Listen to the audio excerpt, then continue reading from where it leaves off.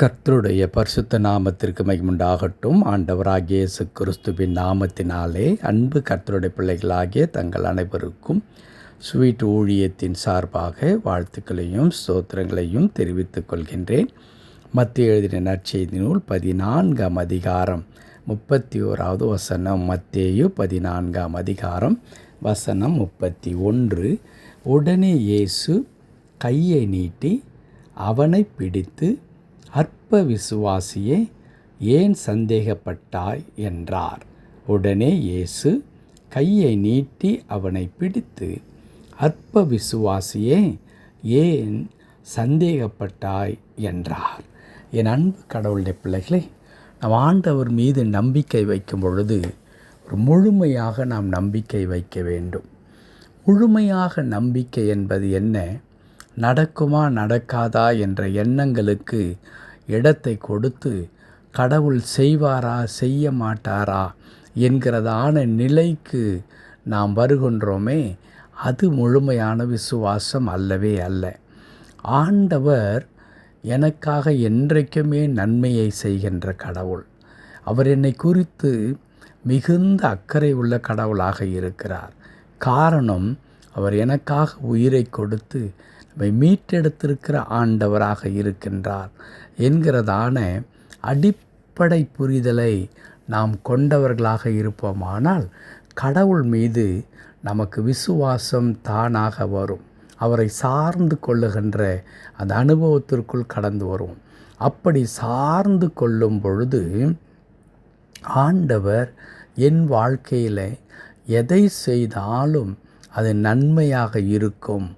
ஆண்டவர் எனக்கு எல்லாவற்றையும் நன்மையாக மாற்றி அமைக்கின்ற ஆண்டவராகவும் இருக்கின்றார் என்கின்றதான பற்றுறுதி நம்முடைய வாழ்க்கையில் கடவுளின் மீது அதிகமாக ஏற்படும்.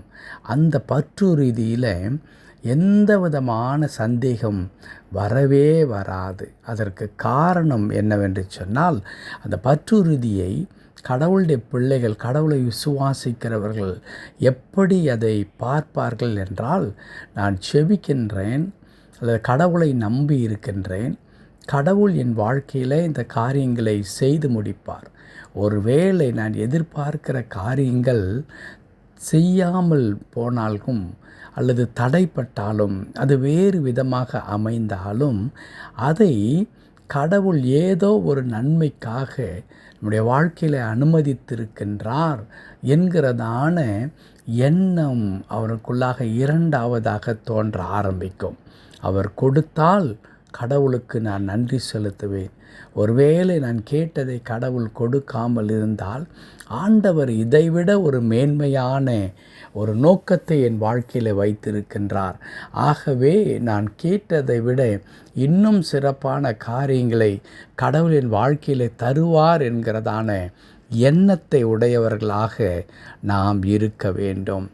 அப்பொழுதுதான் நம்முடைய வாழ்க்கை என்பது ஆண்டவராலே முற்றிலுமாக அங்கீகரிக்கப்பட்ட ஒரு வாழ்க்கையாக அல்லது ஆண்டவரால் முழுவதும் நடத்தப்படுகின்ற ஒரு வாழ்க்கையாக இருக்கும். இங்கே பேதுரு ஆண்டவராகிய இயேசு கிறிஸ்து கடலின் மேல் நடப்பதை பார்த்தவுடனே தானும் நடக்க வேண்டும் என்று ஆசைப்படுகின்றார். அப்படி ஆசைப்பட்டு, ஆண்டவரே நீரேயானால் நானும் அப்படி நடந்து வரும்படி எனக்கு கட்டளையிடும் என்று கேட்கிறான். அழகாக இருக்கிறது அவனுடைய விசுவாசம். அதுவரையில் மிக அற்புதமாக இருக்கிறது. உடனே இயேசு அப்படியானால் நீ வா என்று அழைக்கின்றார். அவரும் படவை விட்டு இறங்கி அங்கே இயேசுவுக்கு பின்பாக அந்த தண்ணீர் மேல் நடந்து போய் கொண்டிருக்கிறார். என்ன ஆச்சரியம்! இயேசு மட்டுமா நடந்தார்? பேதுருவும் தான் நடந்து சென்று கொண்டே இருக்கிறார். ஆனால் நாம் வாசித்த வசனத்திற்கு முந்தின வசனம் என்ன சொல்லுகிறது? காற்று பலமாய் அடிக்கிறதை கண்டு பயந்து அமிழ்ந்து போகையில் என்று எழுதியிருக்கிறது. இங்கே தான் என் அன்பு கடவுளுடைய பிள்ளைகளே, ஆண்டவர் அற்ப விசுவாசியே என்று கூப்பிடுவதற்கான காரணம் அங்கே தோன்றுகிறது. ஒரு விசுவாசியாக இதுவரையிலும் இருந்த பேதுரு எங்கே பயந்திருக்க வேண்டும் என்று சொன்னால், நீ வா என்று சொல்லும் பொழுது படகை விட்டு இறங்கும் போது அவருக்கு பயம் வந்திருக்க வேண்டும். ஆனால் அவர் முழுமையாக விசுவாசிக்கிற ஒரு மனிதராக இருந்ததினாலே அவர் என்ன நினைக்கிறார், என் ஆண்டவர் அழைத்து விட்டார். நான் ஏற்கனவே என் ஆண்டவருடைய வல்லமையை எத்தனையோ முறை நான் பார்த்திருக்கின்றேன். ஆகவே அவர் அழைத்திருக்கின்றார். இதோ நான் இறங்கி நடப்பேன் என்று நடந்து வருகின்றார். அப்படி நடந்து சென்று கொண்டிருக்கும் பொழுது மெல்ல மெல்ல அவருடைய பார்வை இயேசுவின் பக்கமாக இருந்து சற்று விலகி சுற்றி என்ன நடக்கிறது என்பதை கவனிக்க ஆரம்பிக்கின்றார்.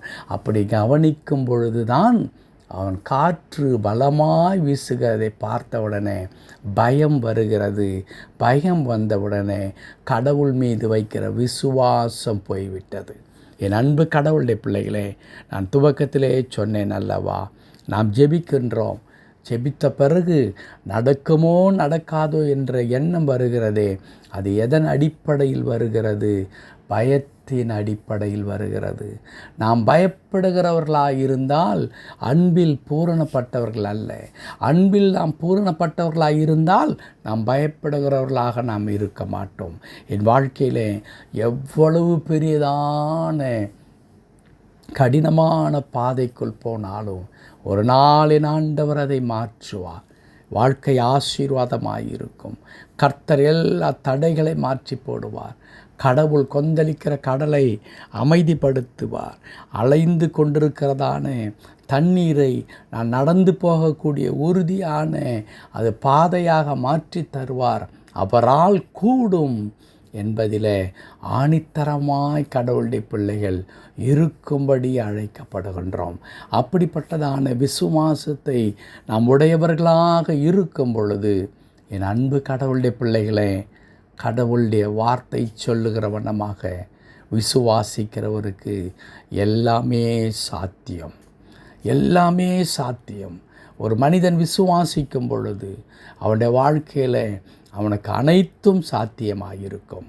பேதுரு, சற்று தூரம் நடந்த பேதுருவால் இன்னும் தொடர்ந்து நடக்க முடியாமல் அந்த தண்ணீரில் அமிழ்ந்து போவதற்கு காரணம், பேதுருவை பார்த்து ஆண்டவர் சொல்லுகிறார், அற்ப விசுவாசியே, ஏன் சந்தேகப்பட்டாய் என்று. இன்றைக்கு நம்முடைய கிறிஸ்துவ வாழ்க்கையில் என் அன்பு கடவுளுடைய பிள்ளைகளே, சுற்றி புயலும் காற்றும் வீசுகிறது தான். நம்மை சுற்றிலும் கொந்தளிப்புகள் உண்டாகி கொண்டிருக்கிறது. ஒரு பிரச்சனைக்கு அடுத்து இன்னொரு பிரச்சனை. ஒரு பிரச்சனை தான் நான் கேட்டு சற்று ஓய்ந்தேன் என்று நினைக்கும் பொழுது இன்னொரு பிரச்சனை, அடியின் மேல் அடி, இன்னும் போராட்டத்தின் மேல் போராட்டம் வந்து கொண்டே இருக்கலாம்.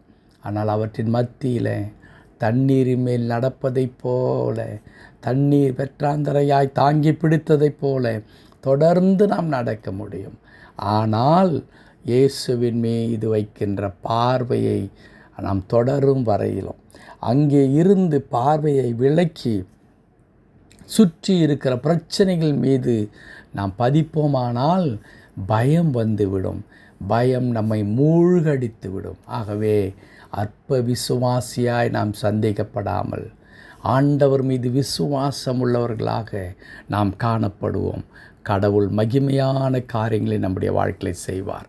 கர்த்தர் தாம் இந்த வார்த்தையின்படியே நாம் அற்ப விசுவாசிகளாய் இல்லாதபடிக்கு தேவனுடைய பார்வையில் உகந்த விசுவாசிகளாய் ஆண்டவர் நம்மை அங்கீகரிக்கவும் அதற்கான எல்லா கிருபையும் தந்து வழி நடத்தவும் தொடர்ந்து கர்த்தருடைய திருக்கரத்தில் அர்ப்பணித்து நம்மை வழிநடத்த, நம்மை பலப்படுத்த நமக்கு போதுமானவராக இருப்பாராக.